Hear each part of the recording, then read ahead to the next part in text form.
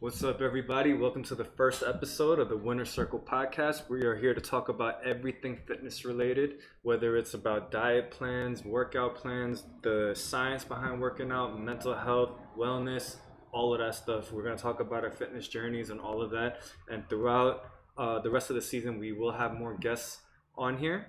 And this is my co-host with me today, Namdi Anyabor.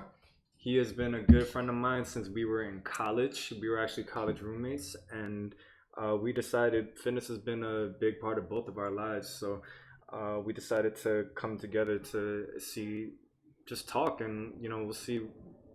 We're just here to just talk about fitness and just have an open dialogue about wellness, fitness, mind, body, and soul. Mm-hmm. So introduce yourself. Like Jay Lee said, my name is Namdi Anyabor. I'm a DJ. I'm also a creative strategist. And I know Jay Lee from when we went to school at Fordham. I was a college football player with my twin brother, Dozy, and my roommate, Bryson Wilson. And me and Jay Lee became best friends, but not through what you would think two fitness guys would meet. But we'll get into that story later. Yeah. So, let's just get right into it. What was your first encounter with fitness? So, playing soccer 12 years, I've learned a lot from my dad. My dad was also our coach for our soccer team. And our soccer team progressively got better because, like, our dad, instead of just teaching us the mechanics of soccer, he would teach us, like, life. He would teach us discipline. Why certain things matter on the field, those things can translate into you having a successful life. Just having the awareness of just being present. Yeah, that's that fatherly wisdom. Yeah, and it's so accurate with soccer because I feel like soccer is more not just reactive, but it's also proactive. Like as long as you're aware in your space, you understand which lane you could take. You understand if this is your time to take the shot, pass it off. Like, so the way he was able to kind of bridge that gap, it translated a lot for my team, and it translated into wins as well. So from like the 10 years that my dad was coaching us, we were winning every year, year in, year out. When we moved to Texas, by the time we were 13, I remember us going to school the first day and signing up for sports, and my brother and I signed up for soccer. And the head coach, the athletic director and the head coach looked at us. They're like, soccer, you guys are playing football. Like, I don't know if anyone has told you anything about football, but you guys have the build for football. That's just how it happened. Like you had no thought how it happened. You had no thought of playing football. You wanted to play soccer, and then the coach time just said, like, no, you're gonna play football. And then I remember telling my parents the idea of my brother and I playing football, and they shot it down completely because of the injuries or potential. Emphatically, injuries. Like. It was weird that my parents got me into sports, but when I showed interest in a sport that could potentially take me further in life, they shot it down. They were like, no, this is not what we're doing. We're not wasting our time for you guys. We didn't come to America to waste our time for you guys to just play sports, run around, and do all these things. And it didn't click for everybody until the first football game. My first play ever in life. 55-yard touchdown up the right sideline. Wow. The play was a right toss, and they tossed me the ball, and the same attributes, same skill set that my dad taught me in soccer, I literally just applied it to football. I'm like, I'm in open space. I have this ball that people want. Let me try to evade as much as possible. I didn't realize that it was going to get me to the end zone. Wow. And since then on, like, everyone kind of knew that, football was meant for me and my brother. And that's kind of how we got to New York, was on a football scholarship. D1, baby. Did you get to win a championship in Texas? No. My school is very prominent. Keller High School, we're very prominent in producing a lot of D1 talent. and I was just fortunate enough to be one of those guys to get a shot. Yeah, because Texas football is a serious thing. Like that's like Have you a way seen of Friday life. Night Lights? Yeah, The yeah, show and the movie? yeah. I've That's seen both of them. literally my life. Like, small towns would shut down just to drive across town to see a couple of boys play Friday Night Football. Yeah, because all those towns is like big football towns. So There's this saying, it's family, God, and football. Those are the three things wow. Texans care about. Yeah. Okay, so then you were from Texas. Mhm. What was your transition into New York like? So my transition into New York was kind of an eye-opening experience, but I also feel like just who I was and the people that I kind of latched onto, it made sense why our experience was as extreme as one would know. You know, behind the scenes of most of our Yeah, stories, yeah. but my first semester in New York, first 2 months, completely shook the core out of me. Like, everything that I once believed and knew to be true was called into question, and I was like, wow, Yeah, it life. was a huge culture shock. Yeah. Because I know, like, I visited Texas before, Mhm. and Southern hospitality is a real thing. There's none of that up in New York whatsoever. But I also realized New York love is different. Like, we're just not for the play. Like, New Yorkers, they're passionate, but they could spot phony from real quick. I didn't know or feel what systemic racism was until I got to New York, because I lived in a protected bubble in Texas my entire life. I was like one of the exceptions because I was good at football, because I was good at school, because I'm approachable. I'm able to just communicate with people.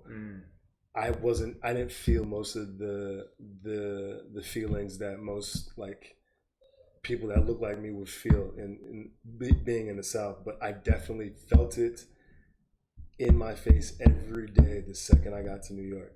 And so when I said a lot of things were called into question in my beliefs after the first few months, I literally just had to learn how to be just like a young adult. Like, all right, I'm no longer Mandy in Texas, I'm Namdi in New York. And everything that I have to learn moving forward is only going to benefit me and who the person that I want to become. Because living in those two realms, you start to see a lot of different things. But I'm grateful for being in New York, and football and fitness has literally brought me. Yeah, because that's what I was going to point. say, because the reason why you came up to New York was because of football. Yeah. So as soon as you get up here, you're not coming, you might have been coming up here by yourself in a new environment, but you were getting thrown into a group. True. Right? So you were getting thrown into a team, in football, the ultimate team sport. So was that do you feel like that transition was easier because you were coming up into a team already rather than like just coming up by yourself? I think the team aspect, actually, no, yeah, the team aspect 100% is the reason why my friends, my brothers, I can call now today, we're still close, because we came into this group all from all different walks of life. You got people from Chicago, different people from Texas, Florida, California. We're all put in this environment, so let's figure out this realm together. And because of the people that I've attached myself with, the experiences, the access, the opportunities, the memories that we've created have been limitless. So I feel like, yes, that team aspect is still deeply rooted in, like, kind of how I operate, because if I see you rolling in the trenches with me, then I have a lot more respect for you, and I could trust you a lot more easily with a lot more other things. So you went from high school football to a D1 school for football in college. What was like the biggest change? Was it harder fitness wise, or what was that transition from high school to college football? Once you get to college, it's less about the sport and more about the politics. Yeah. how did dealing with politics of college football life, like how did that affect you? I mean, the politics is once the politics become more evident, especially in the space that you called your safe haven, which was football, because again, you simplify it back to when you're kids, you just play a sport because you thoroughly enjoy it. Mhm. So if this thing that I thoroughly enjoyed is bringing all this stress, it starts to tamper a little bit with like how you feel. But I look at it like adversity. So like how football taught us how to just kind of deal with adversity head on. I looked at football and I'm like, all right, you have served your purpose up to this point. I'm now in New York. College is paid for. Let me open myself up to other experiences, other avenues that may spark joy in my life, i.e., dance. Mm.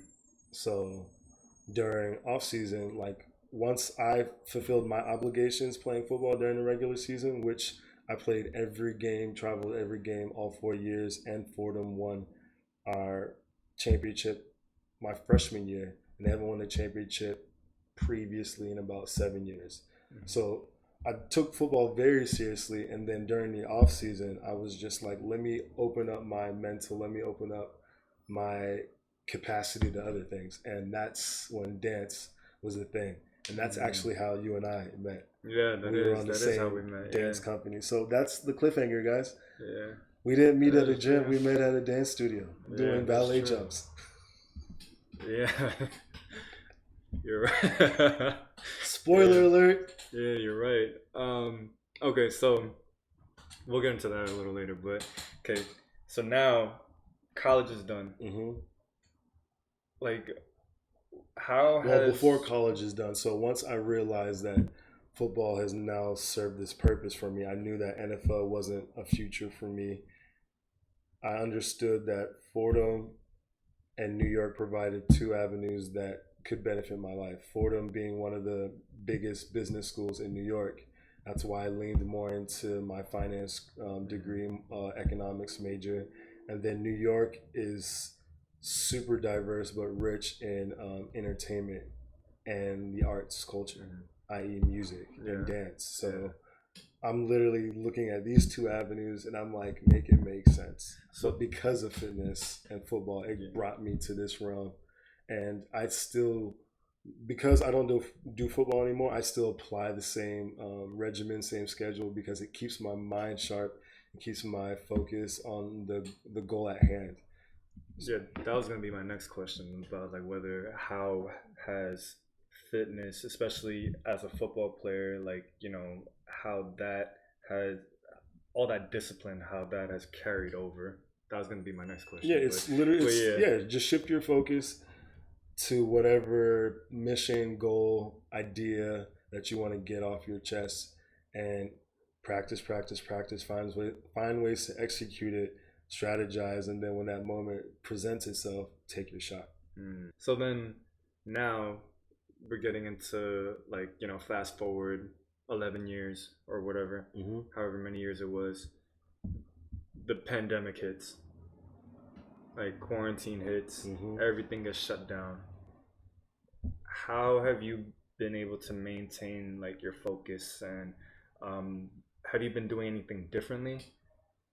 Mm, the To answer your first question, how have I been able to maintain focus? That has come through this recent personal journey that I've been going on of self rediscovery, just kind of figuring out things that either I need to relearn because it serves purpose for me, or I need to unlearn because it doesn't serve any more purpose for me, or it has been creating a pitfall or a wall, Mm-hmm. and now I just have to how to unlearn my thinking, unlearn whether it's people I associate myself with, but how I've attached fitness into this journey is I really have taken under this idea that if you can't take care of yourself, how can you take care of the things around you? Right. So if it means me waking up early to bike ride for 10 miles just to clear my thoughts, just because bike riding now sparks joy for me. In order to give me that energy, in order to give me that focus, and to tackle whatever next priority I have, fitness will always be that priority for me. You said that fitness has definitely become a priority, Mm-hmm. and you were talking about like the disciplines and all of that, and how has it like helped your like mental health? It's really just allowed me to just feel, because there was a gap where I wasn't working out, where I wasn't eating well, where I wasn't even dancing. Mm-hmm. And you realize that you're just going through the motions and you don't feel anything. And that that loss of feeling is just, it's kind of numbing. Like Yeah, once you get to that feeling, you can really just kind of sit and just sulk and dwell a lot. But yeah, part of that self rediscovery was, all right, let me tap back into what sparks joy for me. And I remember actually running into a friend in the LES, Lower East Side, and she was riding a city bike. This was 2.5 years ago, right at the beginning of my journey back to where I am today. And she's like, Namdi, like, I haven't seen you in a bit. Like, what's going on? And she could see in my face, I'm just like, not there, lights out. She's like, you want to ride this bike? Like, I actually got to go run into this store, but do you want to like hold the bike while I'm running into the store? So I jump on the bike and I'm riding down Houston Street, and like this instant shock of like nostalgia first hits. I'm like, whoa, this reminds me of like how I was when I was a kid, like so much joy, so much happiness. Like things started to seem clearly just for that brief moment when I was on the bike. mm-hmm. So when I got off and gave it back to her, we're having the conversation and she's like, I don't know what happened within those last 15 minutes, but you're glowing right now. And it Mm, literally hit me. I'm like, all right, despite what's going on, let me center back into myself. Let me make sure my wellness is fine. Let me make sure my fitness is okay. And that's what really sparked that machine back into me. Not to just hit the gym, because the gym was the last thing that actually got me back. right. It was eating well again. It was like just taking longer walks down the street, getting a city bike membership, now riding that thing every day. It's like the small things that spark joy, that connect, because I feel like wellness and fitness are literally the same. Yeah, You got to get your mind going first, because that's what they teach you in sports, really. yeah, Like we train our bodies to be physically capable to adapt, mm-hmm. but it's a mental thing. Your Right, mental has to be sharp first before your body follows. right, And so I was like, all right, that's what I need to do. Get back yeah, into my headspace. Let me make sure I'm good mentally. Get back into a groove of things. Set up a schedule. Start working out if I notice I have all this free time, and then all these things start to generate all this joy, and all this joy brings out energy and vibes, as we like to call mm-hmm. it. And those vibes are real. Mm-hmm. So I wanted to hit on something that you mentioned, Mm-hmm. and you mentioned your eating, right?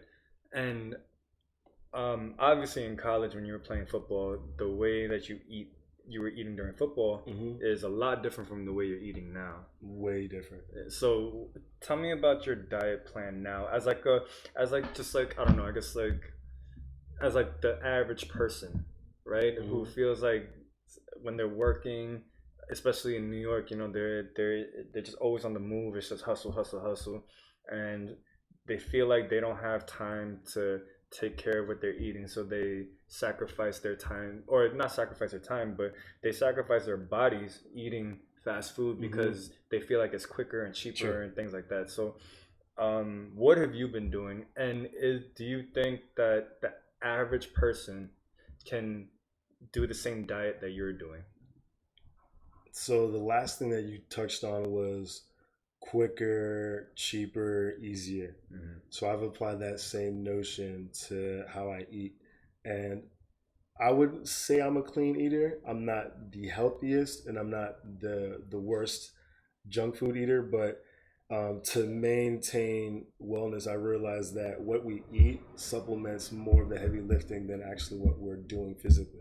Right. So on a day to day, if I was working a busy schedule, I would eat oatmeal or make scrambled eggs and plantains. I just know that those things they're high in carbs, high in fiber, but they give you the nutrients that you need to kind of just go on through the day. Lunch would be either vegetables or like a low carb meal, and then I try not to eat too heavy for dinner, but it would still be the same thing. It would be like mostly chicken, sweet potatoes.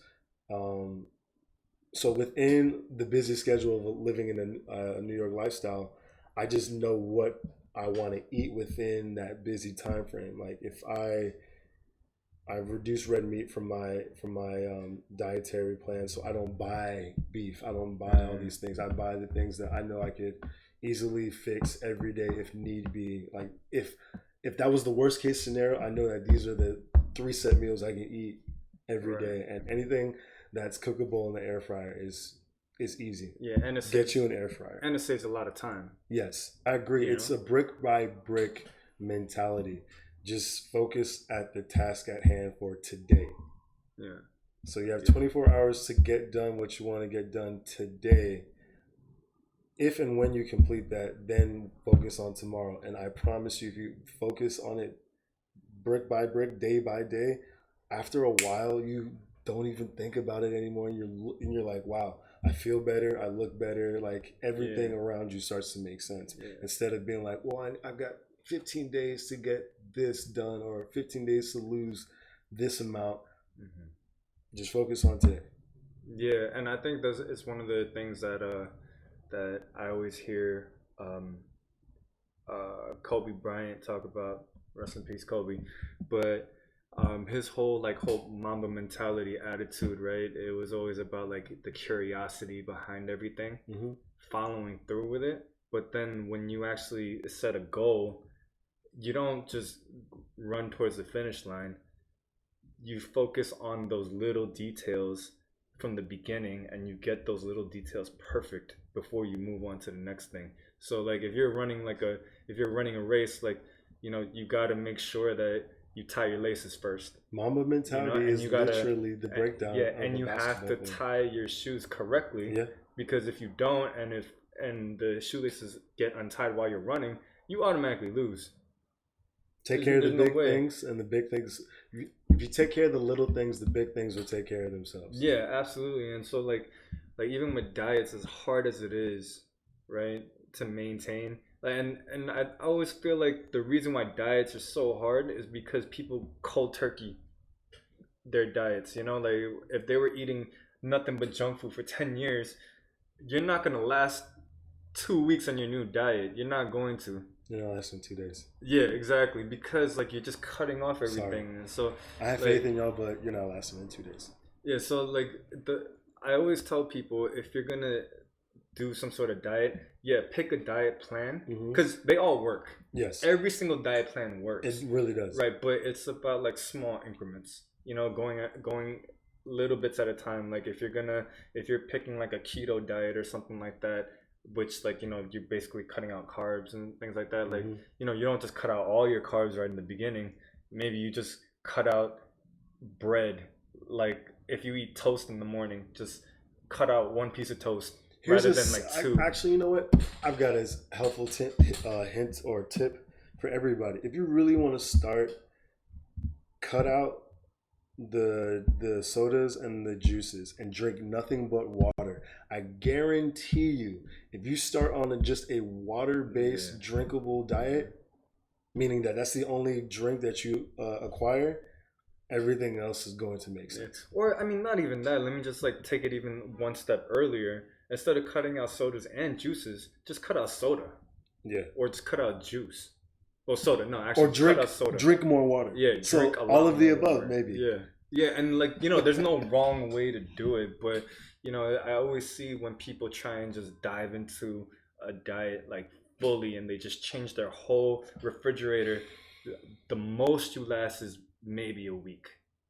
And then for some people that actually carry on and they do it for 3 months and they really see a difference, they're miserable for those 3 months, and then they just binge as soon as those 3 months are over. But I also just feel like the negative connotation about dieting is just like not eating.